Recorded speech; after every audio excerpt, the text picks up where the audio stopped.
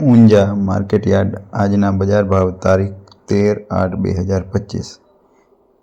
જીરુનો ભાવ 3150 થી 4325 રૂપિયા। વરિયાળી 1121 રૂપિયાથી 3730 રૂપિયા।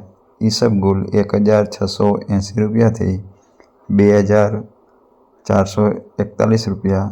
સરસવ 1820 રૂપિયાથી 1820 રૂપિયા। રાયડો 1241 રૂપિયાથી 1293 રૂપિયા। તલનો ભાવ 1200 રૂપિયાથી 2101 રૂપિયા। તો સુવાનો ભાવ 1322 રૂપિયાથી 1415 રૂપિયા। જ્યારે અજમાનો ભાવ 1000 થી 2442 રૂપિયા રહ્યો હતો।